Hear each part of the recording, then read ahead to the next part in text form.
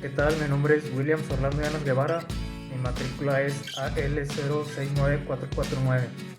A continuación les voy a presentar mi proyecto integrador de la materia cálculo diferencial. Bien, como primer punto nos dice: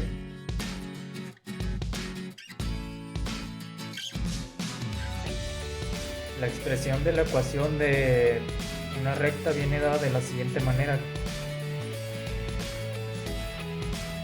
donde m significa la pendiente de la misma recta y n viene siendo la ordenada en el origen, es decir, donde la recta corta el eje. Por lo tanto, podemos decir que para determinar la ecuación de la recta tangente debemos calcular m y n.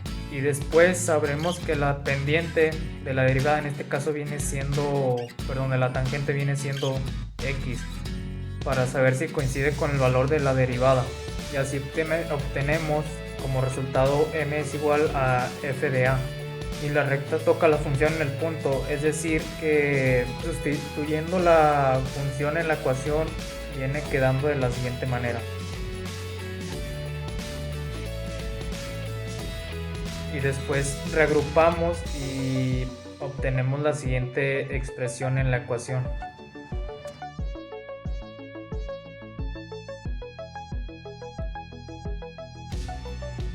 Bien, el siguiente punto nos pide que calculemos el mínimo y el máximo de la siguiente ecuación que está apareciendo en pantalla en estos momentos y que después realicemos su respectiva gráfica.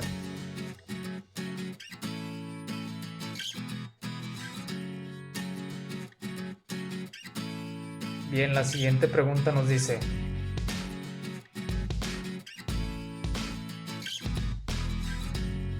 el método de Newton dice que consiste en realizar una línea de la función como se muestra a continuación en pantalla.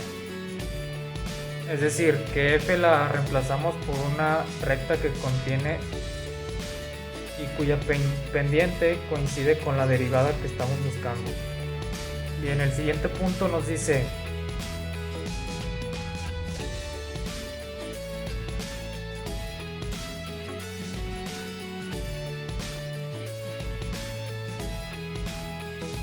en el teorema de Rolle nos menciona que sea f una función continua en el intervalo cerrado, derivable en el intervalo abierto. Eso quiere decir que a diferencia de los otros dos teoremas, debe de existir al menos un punto C del intervalo, es decir, f primera de C es igual a 0.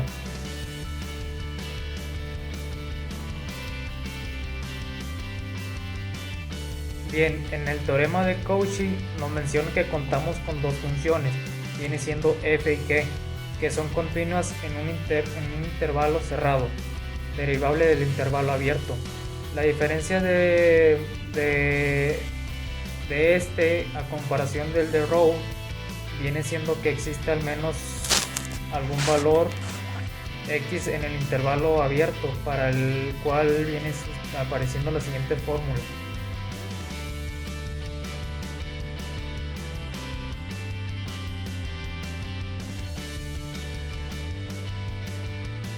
Bien, el teorema de L'Hopital nos menciona que la regla de este mismo tiene diferencias, ya que nos ayuda a evaluar los límites de maneras determinadas. Esto quiere decir que a diferencia de las otras dos nos ayudará a encontrar los límites, que se expresan de las siguientes maneras.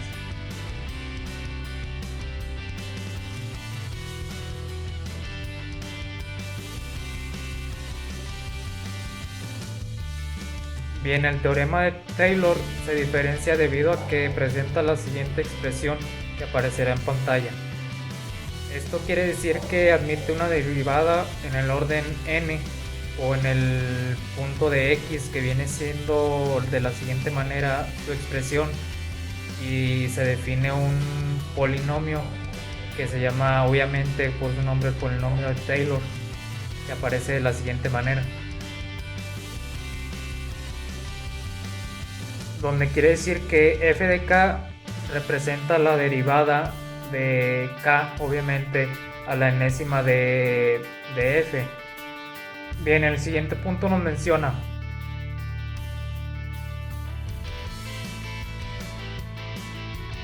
Bien, a la velocidad promedio se le define cuando hay un cambio en la posición dividida entre el tiempo, entre el tiempo recorrido, y esto se expresa de la siguiente manera, donde la velocidad promedio está dividida en metros sobre segundos y el desplazamiento en metros y el intervalo de tiempo en segundos. Bien, el siguiente punto nos menciona: